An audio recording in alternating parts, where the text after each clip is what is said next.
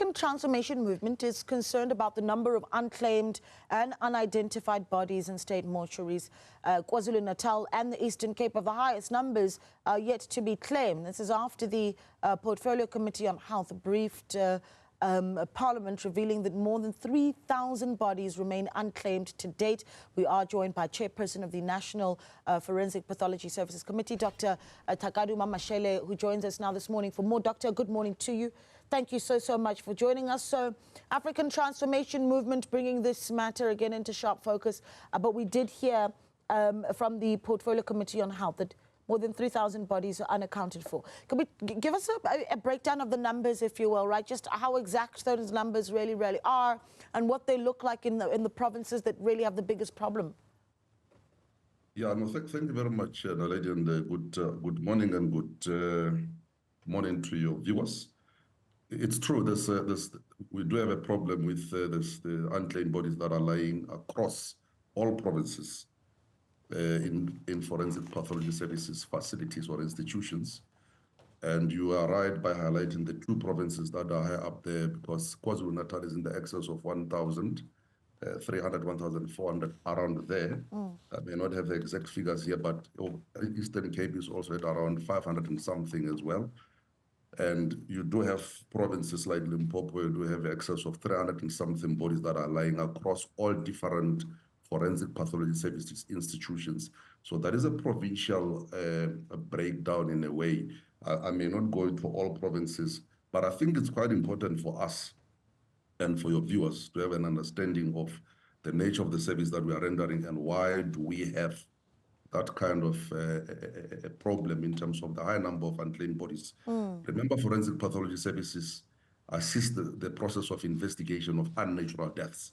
Right. So unnatural deaths, you're talking about your road traffic fatalities, you're talking about your interpersonal violence, whereby people are engaged in different types of violence, either through the use of firearms or the use of whatever method of assaults. So we do have a problem as a society, that's number one, of violence, and we need to put it clear to say that that is one of the starting point. We have a high level of society, level of violence in society. So hence we have that. But obviously, there are factors that then will follow, which are at the societal level again. If a person goes missing in a community or in a family, or someone has went to another province for work or for whatever reasons, and that person has never been seen for many years or many months or so, and it is not reported as a missing case with SAPS. SAPS is unable to investigate because SAPS will require someone to report, then they can investigate. Now, one of the measures that they will embark on during the investigation will be to also verify if the person is alive or dead. If the person is dead, or maybe the person was found dead somewhere, they'll definitely visit forensic pathology services facilities to look for that. The other big problem is that we have in the country is people that are not documented in the systems of our country that we have. Because remember, you have people that are registered on the system with Home Affairs, for an example, fingerprints but if you are undocumented, when SAPS, even if they get a fingerprint from a body that is lying in our facility and they are running through the processes, they will be unable to pick up as to who is this person and who is he coming from, who is he coming from. Right. Now, the other factor, remember, it has to do with stakeholders, because forensic pathology services works with SAPS very closely. And the law guides us when it comes to management of this unclaimed or management of human remains. Because once a body lies with us in a facility for 7 days and nobody comes through to claim or says, this is my family or identify, the law says from 7 days up to 30 days, we need to start the processes of establishing identity of that body. And the main processes are those scientific processes that I've already mentioned. Yeah.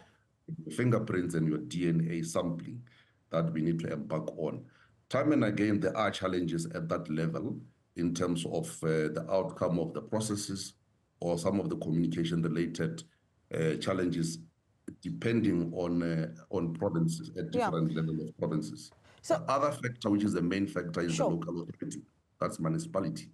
Because once we are done at the end of 30 days, police must then authorize us to dispose that body. Now, when we dispose that body after authorization, it is the municipality who must now come and take that body for disposal. So there's a lot here, and I obviously want to talk a little bit about when you do dispose of those bodies for family members, perhaps that come looking after that has taken place, what is left for them to gather information. Correct. When the process that I've outlined are well documented. The two parties that are involved, actually the three parties, including the local authority who's coming at the terminal end, they are well documented. And I'll give you an example. If one body, the municipality decides the method of disposal, remember when I say disposal, I'm not saying burial or I'm not saying cremation. I'm talking about disposal. Now the municipality will decide on the method of disposal. And when they've buried, for an example, there is a trace, because we would have retained a sample of DNA, for an example, before the body's been buried, together with the police. We would then maintain the records between us and the police and the municipality.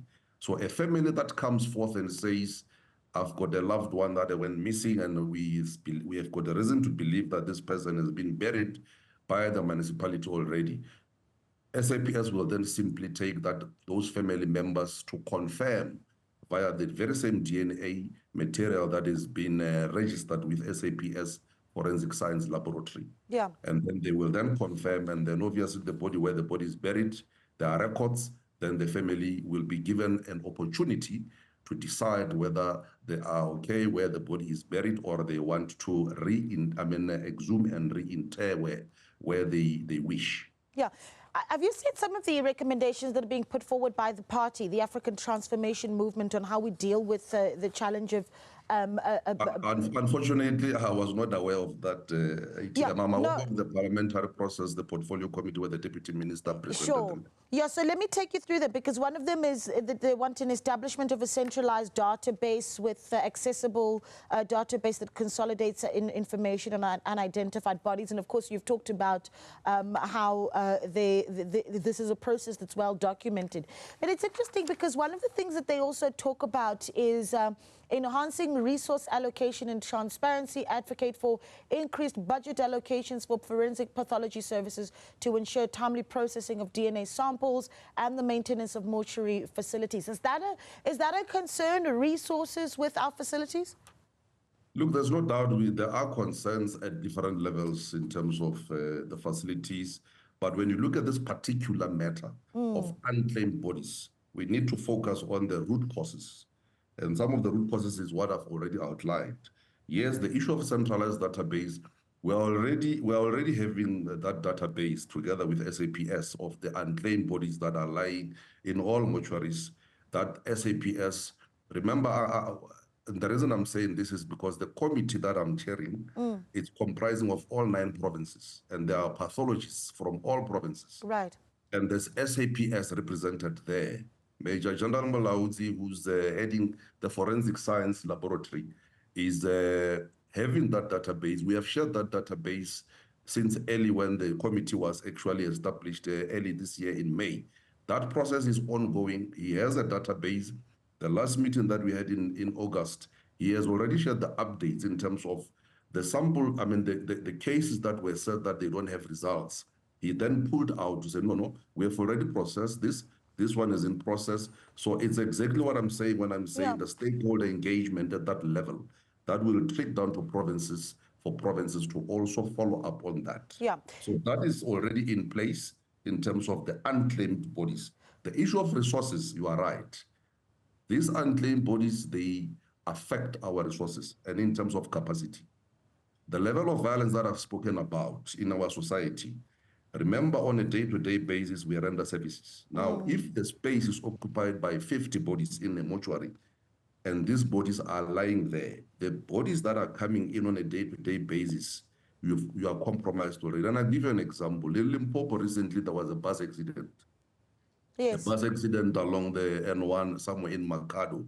Unfortunately, when that happened, the designated facility, and I'm using this word designated facility as forensic pathology services, was already overwhelmed in terms of the number of bodies that were lying there. Now we had to make plans to store those bodies so that those families, the quality of our work must not be affected and they must be handed over remains in a dignified manner. Yeah. So that is the main problem that we're having. But another problem that we're having is obviously exposure of our staff to unnecessary infectious disease processes. Sure. With this, yes. Yeah, it's chilling what you're explaining to me, and I want to close off with this, because we can certainly talk about processes, but for anyone who's sitting at home and watching this, we know that for those over 3,000 bodies, those are lives that have relatives and family members possibly wondering where they are.